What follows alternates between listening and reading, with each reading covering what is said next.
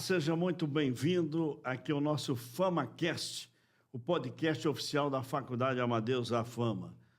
Eu sou o Rosalvo Nogueira, apresentador aqui do podcast da Fama, e hoje temos mais um encontro especial, trazendo conhecimento, reflexão e experiências práticas para a sua formação e para a sua vida profissional. A Faculdade Amadeus se orgulha em oferecer ensino de excelência, professores altamente qualificados e uma formação voltada para os desafios do mercado. Além disso, contamos com o NEF, que é o Núcleo de Estágio e Emprego da Fama, que aproxima nossos alunos do mundo do trabalho e abre também portas para novas oportunidades. E atenção, ao final deste episódio nós vamos ter uma pergunta exclusiva do NEF. É para você, aluno da Faculdade Amadeus. Você que acompanha aqui o nosso FamaCast, então todos os episódios a gente tem sempre uma dica especial que é levada para os alunos da Faculdade Amadeus. São momentos que você pode aproveitar para receber uma dica importante. Então, você segue a gente lá também no Instagram, né? Você que já acompanha as redes sociais aqui da Fama. E nosso convidado de hoje é o professor Cristiano. O professor Cristiano é psicólogo, psicanalista, mestre e doutorando em psicologia pela Universidade Federal de Sergipe. Ele é professor universitário e pesquisador, com ênfase em psicanálise e cultura contemporânea. Professor Cristiano, seja muito bem-vindo aqui ao FamaCast. É uma alegria contar com a sua presença hoje para falarmos sobre um tema tão atual e necessário, a importância da psicanálise no mal-estar da civilização, que, aliás, hoje a gente sempre está questionando, né? Falam muito assim, aqui mesmo na Fama, o curso de psicologia tem muita procura, né? Sim. E as pessoas ficam assim pensando, está todo mundo agora com problemas mentais, com descontrole emocional. Então, seja bem-vindo mais uma vez aqui ao FamaCast. Muito obrigado pela sua participação. Bom, então vamos começar. Eu vou começar aqui por essa análise rápida que eu fiz aqui. Realmente está assim, o mundo, nós estamos vivendo um momento difícil em relação à mente, ao equilíbrio emocional? Enfim, eu costumo sempre pensar a respeito disso, a respeito dessa questão do sofrimento na atualidade, sobretudo quando a gente pensa a respeito de como a gente nomeia esse sofrimento hoje, e eu acho que a palavra nomear é que é a chave da questão. Eu tento pensar nisso com muita cautela, no sentido de que eu não quero ser um saudosista em dizer que no passado as coisas eram melhores, as pessoas sofriam menos, né? Mas também não quero ser um entusiasta da contemporaneidade e dizer que hoje tá bem. Então, assim, honestamente, eu não acho que eu tenha resposta sobre se as pessoas hoje sofrem mais ou sofrem menos. O que eu tenho de certeza para te dizer é que hoje a gente sabe nomear mais o sofrimento. É a realidade de hoje, né? Nomear no qual sentido? Em dar psicodiagnósticos para ele. Isso pode ser visto por um ponto de vista muito positivo, na medida em que, quando a gente nomeia uma coisa, a gente consegue focar, a gente consegue dar atenção, né?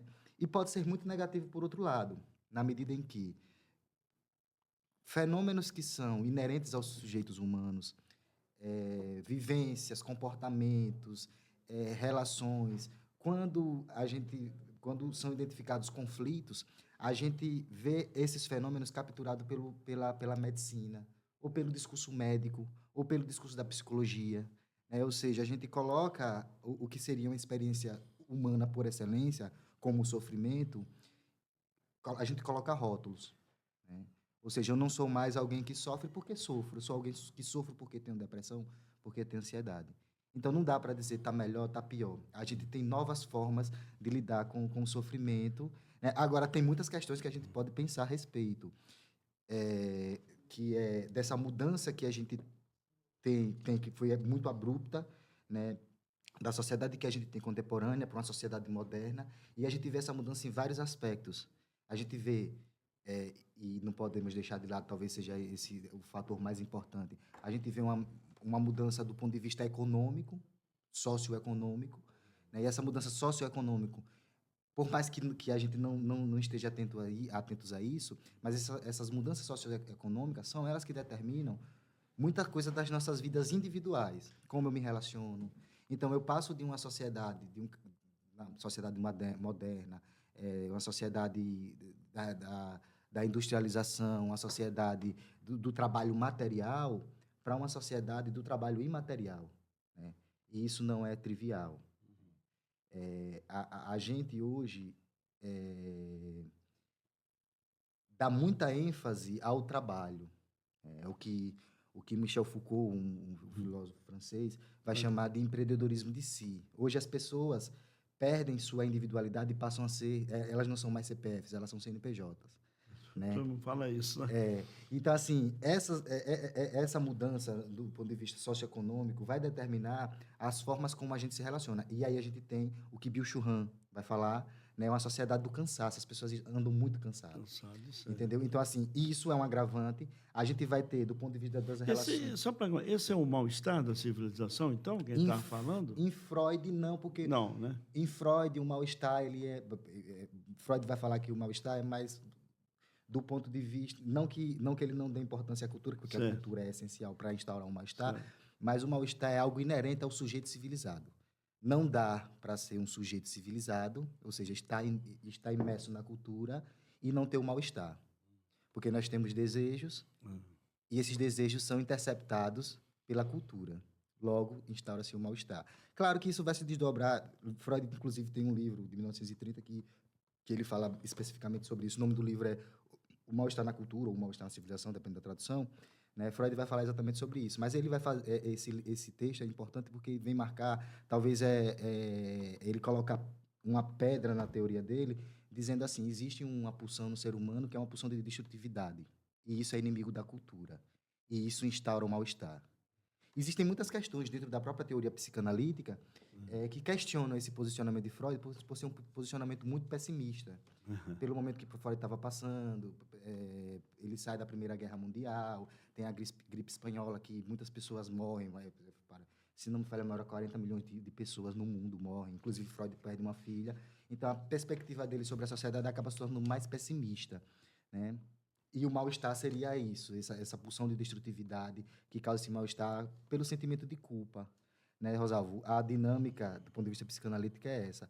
Eu queria te agredir, mas eu não posso te agredir, porque se eu for te agredir, se a agressão for liberada, todos nós vamos sofrer, não vai ter civilização. Aí eu tenho que voltar essa agressão para mim mesmo, e ela volta em forma de culpa. Aí eu não preciso mais te fazer mal para me sentir mal. Só o fato de pensar em te fazer mal já me faz me sentir mal a partir do sentimento de culpa. Ou seja, esse outro, ele é introjetado em mim mesmo. O ser humano realmente tem que refletir muito, né? Porque são tantos os problemas. São muitos. Nos dias de hoje, e como o senhor está falando, se você, de repente, quer aplicar isso na sua vida e pensar no mal do outro, mas depois você vai se sentir mal também, né? Então, é uma troca. Agora, quais são os principais sinais de que jovens universitários enfrentam esse mal-estar na vida acadêmica e pessoal? Os principais sinais.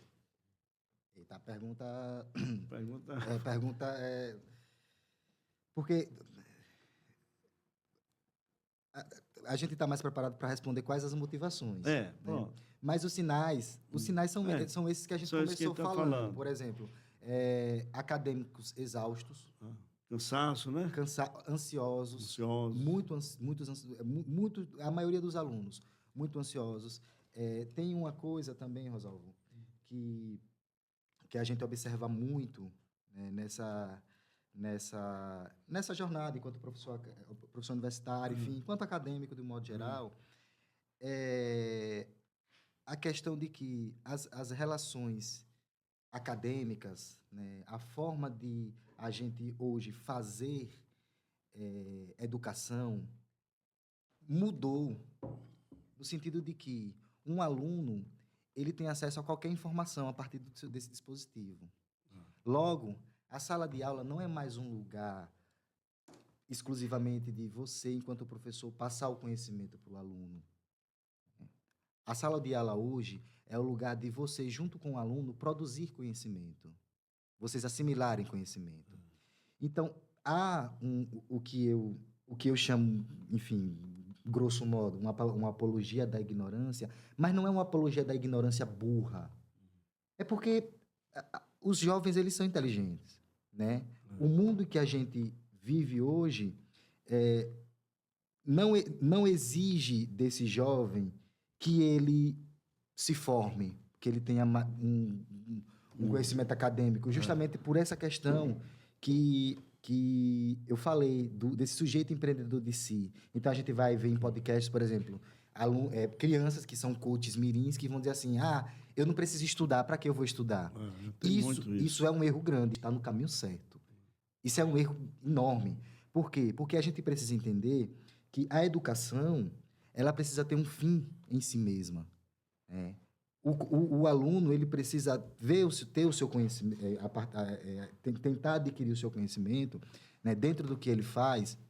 Obviamente, ele precisa estar inserido no mercado de trabalho, isso é importante, né? É para isso que o aluno forma. Mas a experiência acadêmica, né, a coisa de estar ali junto, e a fama é um lugar que oferece esse acolhimento, produz subjetividade.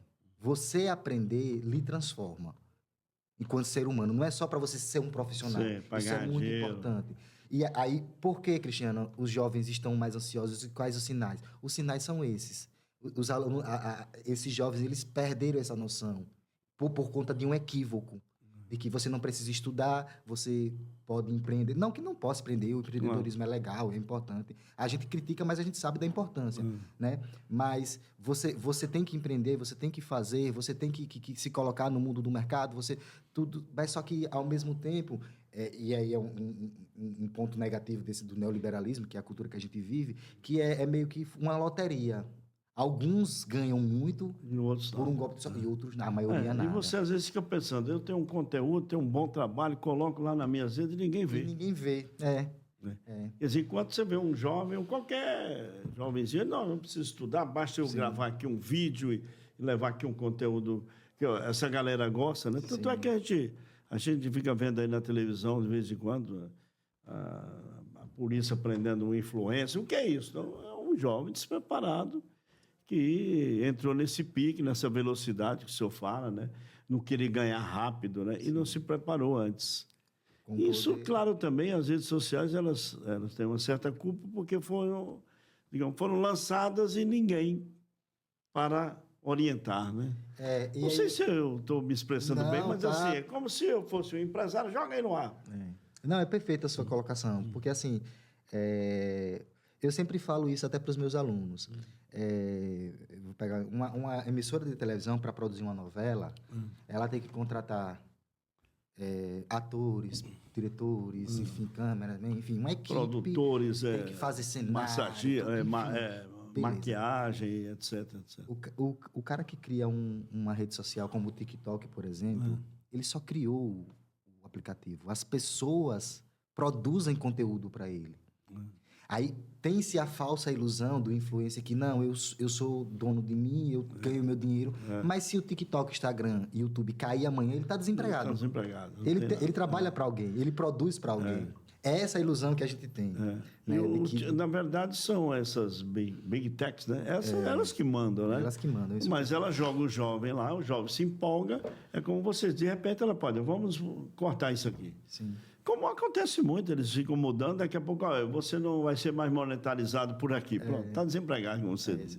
E aí tem toda essa problemática que a gente está vendo hoje da regulamentação. Da regulamentação, que muita gente discute. Que cai muito nisso que você falou. Porque, assim, hoje em dia, qualquer conteúdo é conteúdo. Né? E a desinformação é grande. E as pessoas... E eles sabem que pode monetizar com desinformação. E aí eles não querem, porque eles estão ganhando dinheiro. As pessoas querem ver, porque quando a gente ouve uma notícia que é muito, muito absurda, né, a gente fica, será que isso é verdade? Aquilo passou por um crivo de analisar se de fato é uma coisa que um jornal sério vai fazer. Sério, né? E esse pessoal não faz e é isso que acontece. Eu estou assistindo uma série agora que o sujeito leva um monte de denúncia lá para o jornalista, né? Denúncias graves contra um presidente e tal. Ele fala assim, mas você tem prova disso aqui, não? Não, mas aqui não. Não, mas peraí, não funciona assim. Porque às vezes você joga uma informação, tá, uma suspeita de corrupção, mas sem garantir. E isso cria uma revolução, digamos assim, na sociedade. Sim. E, de repente, o sujeito não tem nenhuma culpa. O que eu quero dizer é que lá, como você disse, lá na redação, há essa preocupação. Não é pegar assim e jogar, faça aquela manchete e tal. Então, você vê que a mídia mesmo é muito criticada, porque, às vezes, pensando em audiência, joga de qualquer jeito. Então, ela tem que se informar melhor, ela tem que produzir melhor, ela tem que ter as cautelas dentro de uma redação. Você imagina, então, um influencer desse qualquer jogando, e eu fico assim pensando, por que as pessoas, então, não buscam os bons conteúdos? Esse discernimento, assim, para... Eu me refiro a profissionais ótimos. Você que é um professor, deve estar lá com sua rede social, e de repente, olha, aqui só 2.000 pessoas me seguem, aquele sujeito tem 2 milhões. Já que a gente está falando de psicanálise, Freud tem um texto chamado... Ai, meu Deus, eu perdi o nome do livro. Psicologia das Massas e Análise do Eu. Ele vai dizer uma coisa que é muito interessante. Ele vai dizer que a massa, ela não se move pela razão. Ela se move pela emoção. Isso parece não, é provado na prática. É provado na prática. Eu me lembrei daquela música, a massa da mandioca. E por massa ele está falando, o grupo, né? Enfim. A gente vê isso na política, né? A gente vê isso nesses movimentos das pessoas e tudo. A gente vê isso em movimentos religiosos. Né? Que como? Entendeu? Então, assim, obviamente, e claro, não que a emoção seja algo que a gente deva desconsiderar. Não. É um elemento, né? É uma função psíquica muito importante. Né? Mas o que ele está querendo? Não é nem do ponto de vista crítico. Isso é até uma orientação para quem quer conduzir massas, por exemplo, para quem quer divulgar. Não é que você vai ser desonesto, mas de nada adianta você ter um conteúdo muito bom, muito assertivo, você tem estudado bastante para produzir aquilo, se você não tem o que a gente chama de carisma, né? Entendeu? Também tem. Então, isso é importante. Então, a massa, ela vai se guiar por essa ideia, né, enfim, por todas as questões que Freud vai trazer lá, identificações. É preciso se identificar, por exemplo, com essa figura de liderança, né? Alguém que você se veja representado nele, né? E isso acontece muito nesses conteúdos, porque esses conteúdos não há muito um compromisso com a verdade, porém, quem está assistindo vê naquela pessoa algo que ele projeta, algo que ele vê dele na pessoa que está fazendo. Agora, professor, então, na sua visão, como é que a psicanálise pode ajudar a compreender questões como ansiedade, o senhor falou, pressão por desempenho, conflitos internos, e querer obter resultados logo?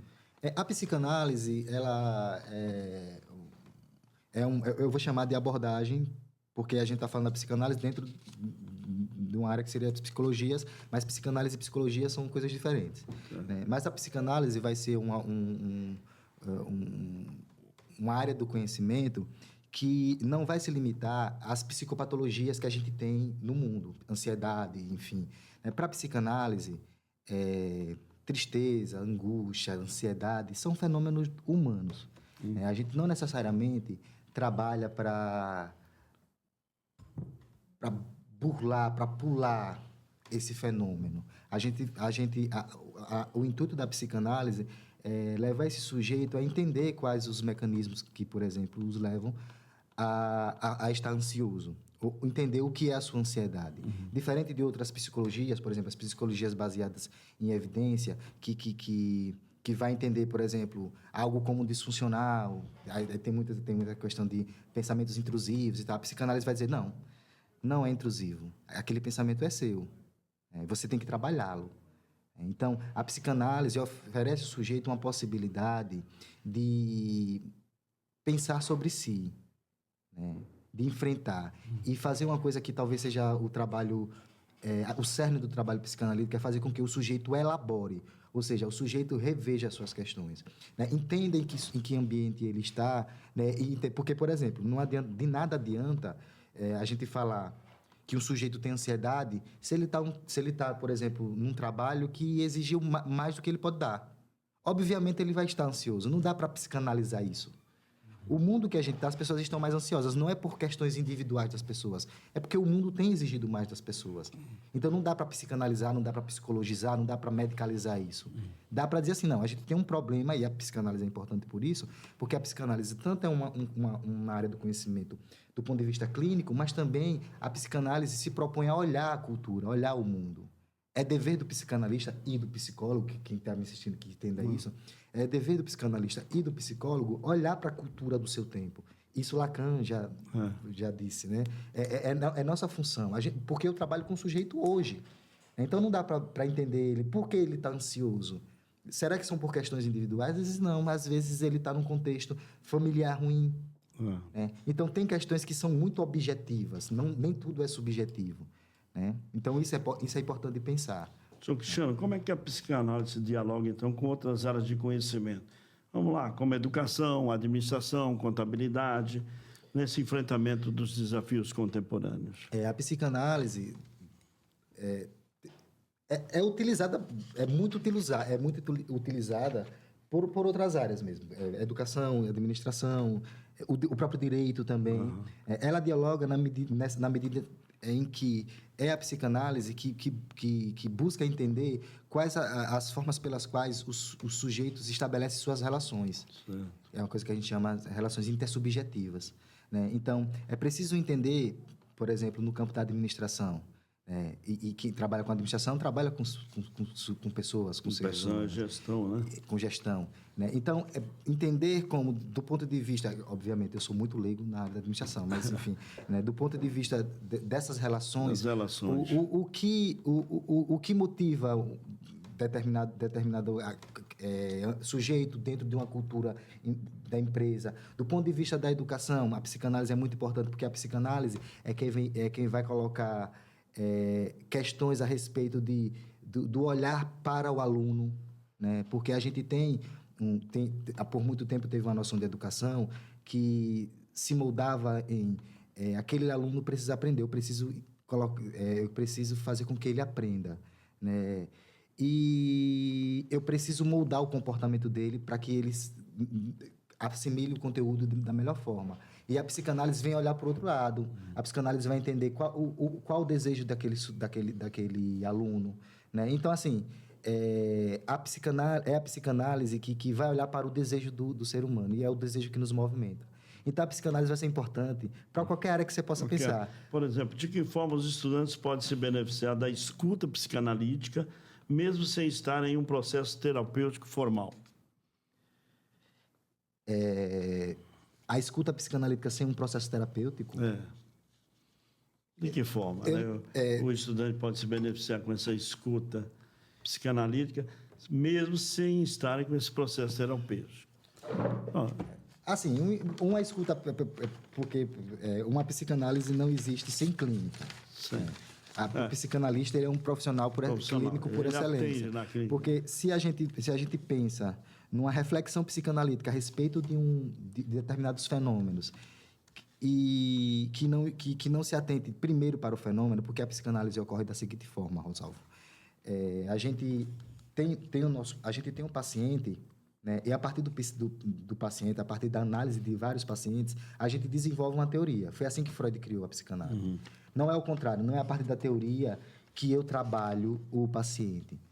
Então, pensando nisso, não dá para pensar em pensar num processo de esse aluno estar num processo psicanalítico sem estar num processo formal. É preciso estar num processo formal. Agora, se a pergunta fosse assim, como esse estudante pode se valer do conhecimento de psicanálise para entender as suas relações? Aí a gente volta para o que a gente estava falando.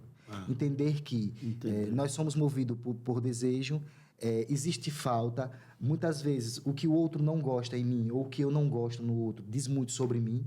Aquela famosa frase, quando Paulo me fala sobre Pedro, eu sei mais de Paulo do que de Pedro. Ou seja, se eu falar de Rosalvo, a forma que eu falo de Rosalvo expressa algo sobre mim. Né? Então, entender a psicanálise dentro desse contexto é importante, né? Porque você vai entender, e mais fundamental ainda, entender, por exemplo, no caso do estudante, o curso que eu estou fazendo, a graduação que eu estou fazendo, o que me motiva a fazer isso, né? Será que talvez eu não poderia ir por outro caminho? Se questionar, pensar a respeito de si. Eu acho que isso é o que a psicanálise pode oferecer. Bom, estamos conversando aqui com o professor Cristiano. Agora, lembrando a você, que é aluno da Fama, e depois a gente tem aquela pergunta exclusiva, uma dica exclusiva que o professor vai dar através do NEF, Núcleo de Estágio e Emprego da Fama. Você acessa aí no site e vai poder ouvir essa dica exclusiva para você que é aluno da Fama.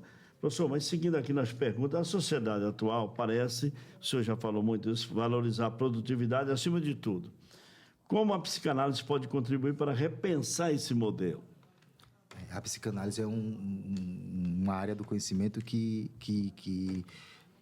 tem que questionar bastante isso, né? E isso é importante. A função do psicanalista não é fazer com que o sujeito se adeque ao contexto que ele está. Não é adaptá-lo ao o mundo de hoje, que exige muito, tem correria. A psicanálise oferece uma alternativa ao sujeito, outra alternativa. Então, a psicanálise é muito importante porque a psicanálise é esse lugar que eu falei para você, de elaboração, de se conhecer, de ser autônomo. Então, se você ganha autonomia, se você se entende enquanto sujeito que, em alguma medida, está sendo alienado, né, por uma sociedade, uma cultura, né? E aí eu uso o termo alienado não só de forma pejorativa, porque nós somos alienados mesmo, do ponto de vista geral, né? Mas é a psicanálise que coloca, que pode fazer com que as pessoas deem um basta, consigam dizer não. Eu sempre falo sobre isso, que eu acho muito interessante. Existe um filósofo chamado Giorgio Agamben.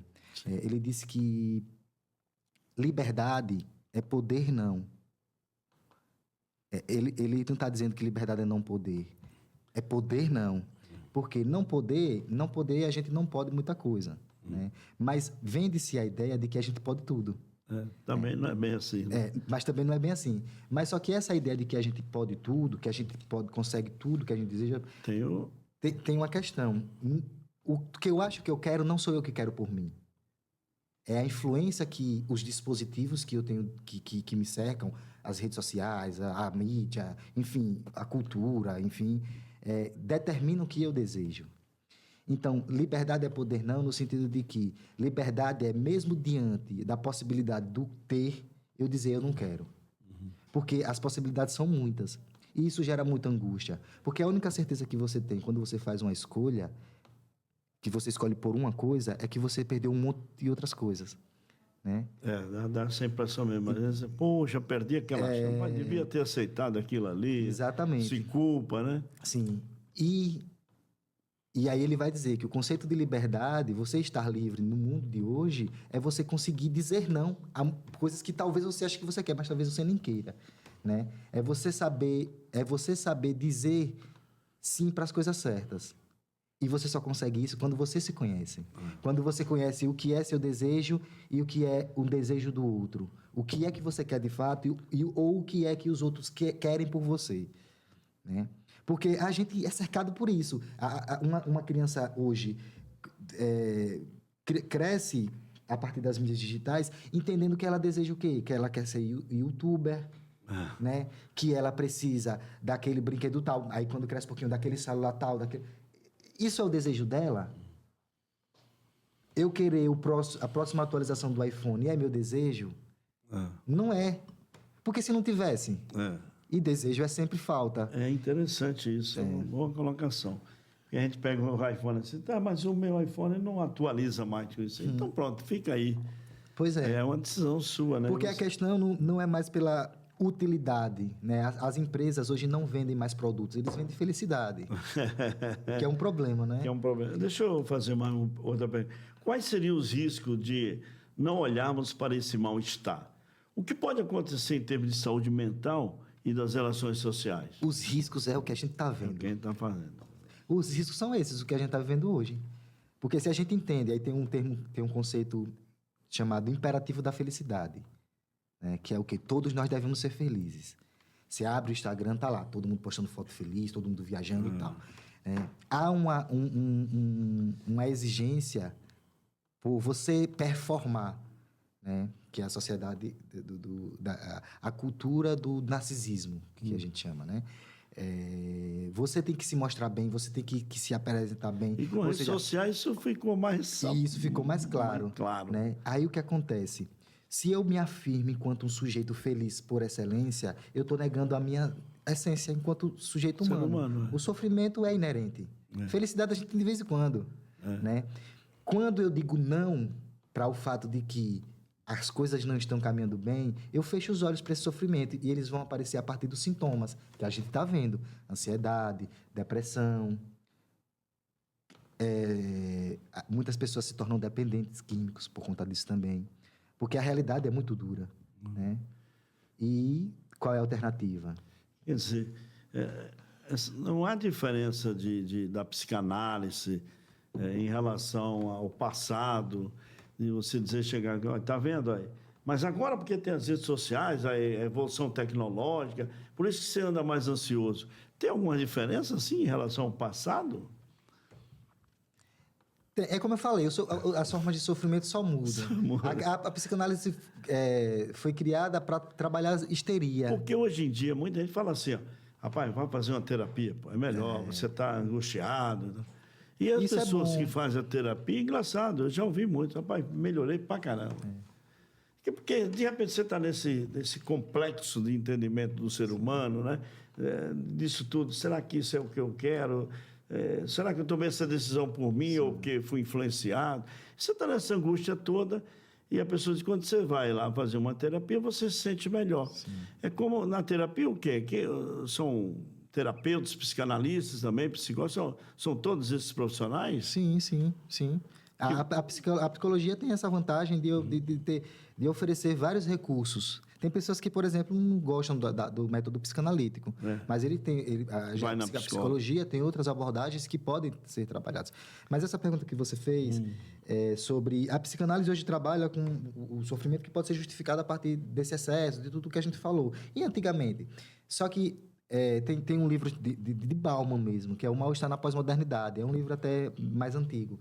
Né? E ele vai falar sobre como as formas de sofrimento mudaram. Antes, o homem ele era muito seguro, né? No sentido de que as relações eram verticais. Eu tinha sempre uma figura de autoridade como referência. Um pai, um chefe, né? Um Deus, né? Ou seja, eu tinha muita segurança e pouca liberdade. Isso gerava sofrimento. Claro, eu estou falando do ponto de vista geral. Claro. Hoje, o mundo é horizontal. Né? Você não tem mais aquele pai como referência. Né? Claro que as pessoas respeitam os pais, mas enfim, não é como antes. Não é só que o pai determinava, por exemplo, com quem você ia casar, qual profissão você ia ter. Ou ele tomava uma decisão e você ficava... Hoje o filho questiona. Hoje o filho questiona. Hoje... não que as pessoas não sejam mais religiosas, mas a forma que as pessoas se direcionam a Deus hoje mudou muito. Antes, para olhar para Deus, você olhava para cima. Hoje, as pessoas têm uma relação de horizontalidade. Nesse aspecto, as religiões precisam ser revistas, né? Sempre são. Porque às vezes são. Porque sempre são, mas às vezes elas ficam... porque essas redes... Aí começa a condenar tudo que está acontecendo, ao invés de orientar, né? Sim. A evangelização ainda é, mas... muito mais frequente nos templos e tal, hoje não é tão assim, com tudo isso que o senhor está colocando. Então, exatamente. E aí você tem as religiões, aí, por exemplo, hoje o chefe não chama mais o funcionário de funcionário, é o colaborador. Ou seja, a relação ela é horizontal. Você faz parte da família, né? Isso obviamente não é uma queixa. O que eu estou querendo dizer é o seguinte, hoje as pessoas são mais livres, porém... Elas se culpam mais. Porque antigamente, se o meu casamento desse errado, foi minha família que decidiu. Se o meu emprego desse errado, foi minha família. Hoje, se der errado, a culpa é minha. Eu quem escolhi. Mal escolha. Mal escolha. Então, a psicanálise trabalhava com uma sociedade que reprimia muito. E hoje a gente trabalha com pessoas que têm uma ilusão de liberdade, mas que, ao mesmo tempo, têm um sentimento de culpa muito forte. Né? E aí vem todas essas questões. Professor Cristiano, o papo está muito bom, mas a gente tem sempre um tempo, né? Eu queria, para fechar, que mensagem o senhor deixaria para os alunos da Fama sobre como lidar com os desafios emocionais e culturais do nosso tempo? Só pode falar para os alunos. Eu me sinto E muito, para quem nos assiste. eu me claro. sinto muito tentado em dizer, façam terapia. Mas eu não vou dizer isso. Não que não, Não, seja... mas eu, só para complementar um pouquinho, é que eu toquei nesse termo terapia, porque eu já vi parentes meus, sobrinhos Sim, e tal. sim. Eu tio, olha, fui fazer uma terapia, melhorei. Aí veio um outro primo com uma situação difícil, complicada, angustiada. Rapaz, vai fazer terapia que você vai melhorar, né? Sim. Então, como fazer isso para a gente orientar os nossos alunos? A mensagem que eu passo é: olhem para si. Mas não é olhar para si no sentido de sejam egoístas, não. Observem em vocês mesmos, né, o que de fato é uma demanda de vocês e o que é uma exigência do outro. E trabalhe na medida em que você consiga atender as duas demandas, a sua e a do outro, mas que você tenha um período de ócio, para conseguir desopilar nesse mundo de cansaço, nesse mundo de excesso. Eu acho que isso é importante. Obviamente, aí voltando ao que eu tinha falado no início, né, sempre que possível é importante buscar um acompanhamento psicoterápico, independente de estar passando por algum problema ou não. Eu acho que é importante. Não que todo mundo precise fazer claro. terapia, mas quem puder, até porque a gente existem várias questões sobre o acesso à terapia, às vezes é caro e tudo mais, mas eu acho que isso é importante, né? Reservar sempre um momento para você, né? Que hoje está cada vez mais difícil, né? Então, esse diálogo, conversar com quem tem experiência ou com amigos de verdade. Porque a gente fala, não tem amigo, tem sim, né? Quem gosta de fazer isso, de ajudar, né? E ouvir, né? E saber ouvir, escutar também é importante. Bom, nós conversamos aqui com o professor Cristiano, ele é psicólogo, psicanalista, mestre, doutorando em psicologia pela Universidade Federal do Sergipe, e ele é professor universitário e pesquisador com ênfase em psicanálise e cultura contemporânea. Professor, muito obrigado por ter comparecido aqui ao FamaCast. E você, lá no NEF, vai ter uma dica exclusiva do professor Cristiano. Até a próxima, hein? Até. Obrigadão. Um abraço a vocês todos. Continuem aqui acompanhando a gente no FamaCast. E lá nas nossas redes sociais, @Faculdade Amadeus, você vai poder conhecer também as nossas redes sociais.